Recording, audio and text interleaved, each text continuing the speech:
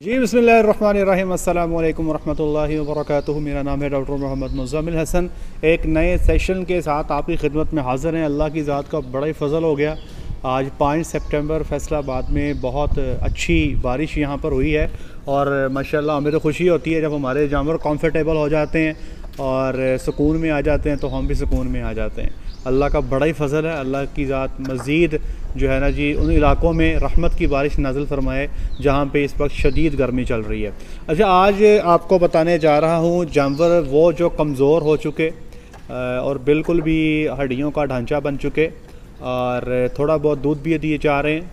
अब पीछे ना जी आज से 2 महीने पहले 3 बीमारियाँ जो हैं पाकिस्तान में, हमारे पंजाब को मैं ज़्यादा जानता हूँ, पंजाब में चलती रही हैं।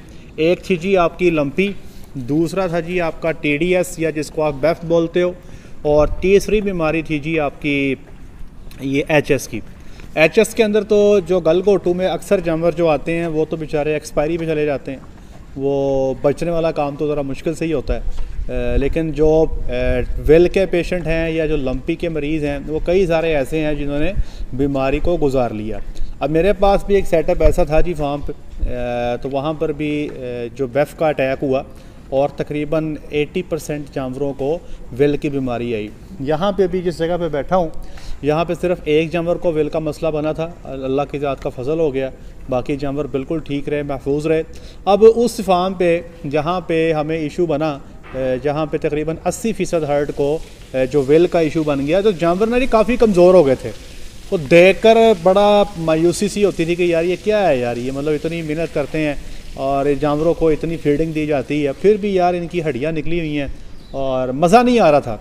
तो उन पे हमने एक ट्रायल किया और अल्हम्दुलिल्लाह उस ट्रायल का बड़ा अच्छा पॉजिटिव रिज़ल्ट आया, तो वो मैं आपके साथ शेयर कर देता हूँ। ठीक है जी, हमारे पास डॉक्टर साहब मौजूद हैं जी इस फार्म पे। डॉक्टर साहब की मैंने ड्यूटी लगाई, पहले हमने नंबर नोट किए कि यार ये जानवर जो हैं इनका बॉडी कंडीशन स्कोर जो है वो थोड़ा है, ये जानवर कमज़ोर हैं और इन जानवरों को हमें स्पेशल प्रोटोकॉल देना पड़ेगा। अच्छा, पहले एक बात बता दूँ, अब जैसे ये जानवर खड़े हैं ना जी माशाल्लाह सेहतमंद हैं, यहाँ पे सेहतमंद जानवर से ही सेहतमंद जानवरों में रह सकता है।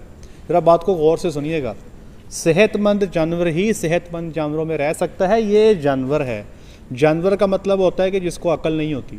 अगर इनके दरमियान कोई ऐसा जानवर रख दिया जाए जो बीमार है और वो जब फीडिंग पे आएगा तो वो इनके साथ मुकाबला नहीं कर सकेगा।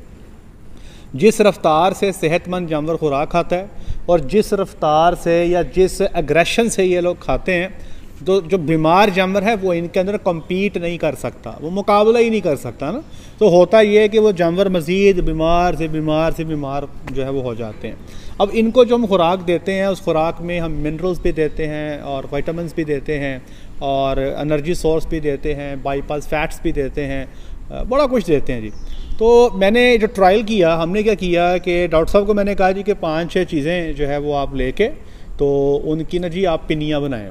तो पिनियाँ जो बनाई गई मैं आपको तो तरीका बता देता हूँ कि सिंपल जो है ना जी, ये ग्लाइकोलिन जो पाउडर है ये हमने लिया, ग्लाइकोलिन, ठीक है जी। और डॉक्टर साहब से मैंने कहा कि आप 200 ग्राम ग्लाइकोलिन ले लें और उसमें आप कोई आधा किलो शीरा मिक्स कर लें। ये बड़े जानवरों की बात कर रहा हूँ। आधा किलो शीरा, 200 ग्राम ग्लाइकोलिन, और मैंने उनसे कहा कि बाकी जो आइटम्स आपके पास मौजूद हैं जिसमें बाईपास फैट है वो भी आप 150 ग्राम शामिल कर लें, मिनरल जो आपके पास है वो भी 100 ग्राम शामिल कर लें, यीस्ट आपके पास है वो भी आप 10 ग्राम शामिल कर लें। अब ये आपके पास मुख्तलिफ आइटम्स अवेलेबल होंगी, जो ग्लाइकोलिन यूज़ कर रहे हैं वो ग्लाइकोलिन ऐड कर लें, इसका जो अल्टरनेट यूज़ कर रहे हैं, अगर आप डेक्सट्रोफैट इस्तेमाल कर रहे हैं तो वो आप वो शामिल कर लें, या अगर आप कोई भी उसका अल्टरनेट या मुतबादल इस्तेमाल कर रहे हैं तो आप वो इस्तेमाल कर लें। मिनरल मार्केट में बहुत सारे हैं, आप जो मिनरल इस्तेमाल कर रहे हैं आप उसको इस्तेमाल कर लें, लेकिन जिस डोज पे उन्होंने रिकमेंड किया है उससे 1.5 डोज रख दें। अगर 100 ग्राम रिकमेंड किया है तो 150 ग्राम रख दें। इसी तरह यीस्ट भी मार्केट में बहुत सारी मौजूद हैं, ग्रीन कल्चर यीस्ट भी है, अब तो नाम ही इतने सारे हो गए हैं याद रखने मुश्किल हो गए हैं, तो यीस्ट भी आप उसमें शामिल कर सकते हो। वो आप 10 जो अगर 10 ग्राम की डोज़ है हम 20 ग्राम शामिल करवा देते हैं। इसी तरह बाईपास फैट जो है 99% को 250 ग्राम के पास हमने वो भी शामिल करवा दी। इस सारे मिक्सचर को बना के ना जी इसमें शीरा वगैरह डाल के वो पिनियाँ सी बनाई जाती हैं, ठीक है जी।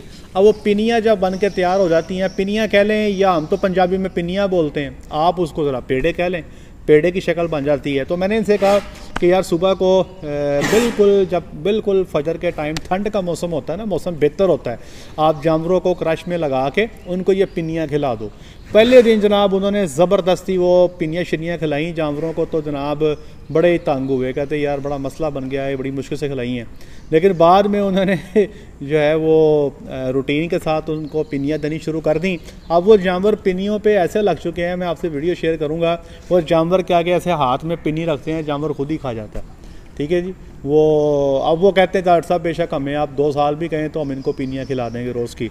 अच्छा, मैंने उस फार्म को विज़िट किया जनाब, जब मैंने उनको पिन्नियों का बोला था तो मैंने उनको विज़िट किया था 21 अगस्त को जी, 21 अगस्त को।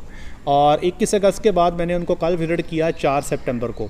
तो ये आप हिसाब लगा लें तकरीबन 14 दिन बनते हैं, 2 हफ़्ते बनते हैं। आप यकीन करें कि इस 2 हफ़्ते में अल्हम्दुलिल्लाह सुम्मा अल्हम्दुलिल्लाह अब जब मैं फार्म पे गया हूँ तो मुझे जानवर देख के माशाल्लाह बड़ी खुशी हुई। और अल्हम्दुलिल्लाह वो जो जानवर बीमार थे, जो कमज़ोर भी हो गए थे, जिनको पिन्नियाँ दी जा रही थी, उनकी दूध की पैदावार भी बेहतर हो गई। अब वो लग नहीं रहा था कि ये ऐसा हर्ड है जिसको बैफ की आउटब्रेक आई थी या ये बीमार थी। तो ये मैं आपसे शेयर करना चाहता हूँ। देखिए, जो बीमार जानवर होता है ना, वो कम्पीट नहीं कर पाता। जब वो कम्पीट नहीं कर पाता, पूरी खुराक नहीं खा पाता, तो फिर वो बाकी जानवरों से पीछे रह जाता है। उनको थोड़ी सी आपको सपोर्ट देने की ज़रूरत होती है। तो अगर ये आप थोड़ी सी मेहनत करके इन जानवरों को ये अलहदा कर लें, और ये जो प्रोटोकॉल मैंने बताया आपको, ये आप पिन्नियाँ बना के, हम तो खैर दिन में 1 दफ़ा दे रहे हैं, अगर आप इसको 2 दफ़ा दे लें, आधी सुबह आधी शाम, तो वो ज़्यादा बेहतर है। तो इससे ये होगा कि जानवर को मिनरल्स, विटामिन्स, एनर्जी सोर्स जो है वो अच्छी जो है ना जी मिकदार में मिल जाता है। उससे ये होता है, एक तो जानवर की इम्यूनिटी बेहतर होती है, जानवर बीमारियों के ख़िलाफ़ अच्छा लड़ता है, और दूसरा एडवांटेज ये होता है कि जानवर दिन ब दिन जब सेहत बेहतर होती है, आपको पता है जी कि जब सेहत जानवर की बेहतर हो जाए, फिर वो अपने साथ कई सारे जानवरों के साथ वो सेटल हो जाता है, वो कम्पीट कर सकता है, वो उनके साथ रह सकता है। तो ये एडवांटेज जो है ना जी फिर आपको मिल जाता है। तो ये मैंने सोचा कि मैं आपके साथ शेयर कर दूँ, बड़ा हमें पॉजिटिव रिस्पॉन्स मिला है। आपके साथ मैं वीडियो भी जो है वो उनको चला के आपको शेयर कर देता हूँ, दिखा देता हूँ।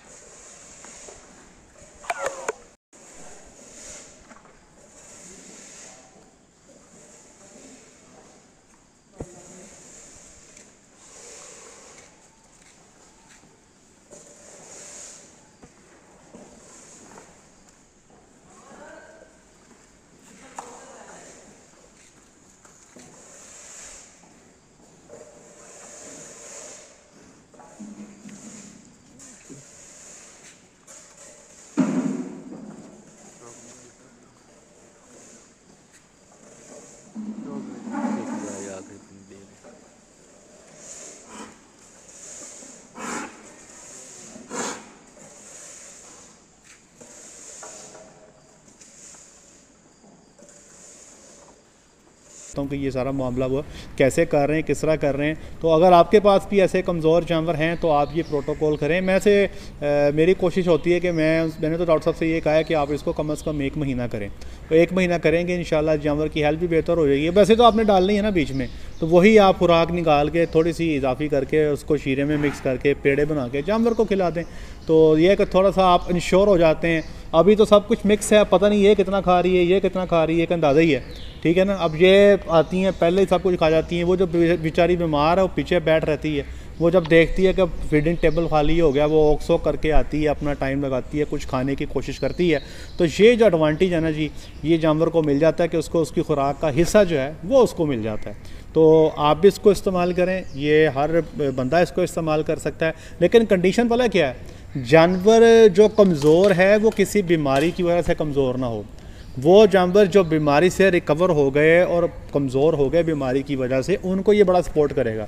हाँ, जो जानवर बीमार हैं उनको भी एडवांटेज थोड़ा बहुत मिल जाता है कि उनको बीमारी से लड़ने में मदद मिल जाती है। लेकिन ये ज़रूर आपने चेक कर लेना कि जानवर जो है ये जो कमज़ोर हो गया, क्या ये बीमारी से कमज़ोर हुआ है या ये बीमारी गुजारने के बाद कमज़ोर हो गया। जरूर बात है, जिसको बीमारी का झटका लग गया वो जानवर कमज़ोर हो ही जाता है। तो ये आपने ज़रा चेक कर लेना, ठीक है जी। अपने इलाके के जो डॉक्टर साहबान हैं उनसे आप बैठ के अपने जानवर का पूरा मुआयना करवा सकते हैं, इंशाल्लाह आपको फ़ायदा होगा। ले जी, आज के लिए इतना ही। अपना ख्याल रखें, दुआ में याद रखें, 5 वक्त की नमाज़ अदा करें। अस्सलामु अलैकुम।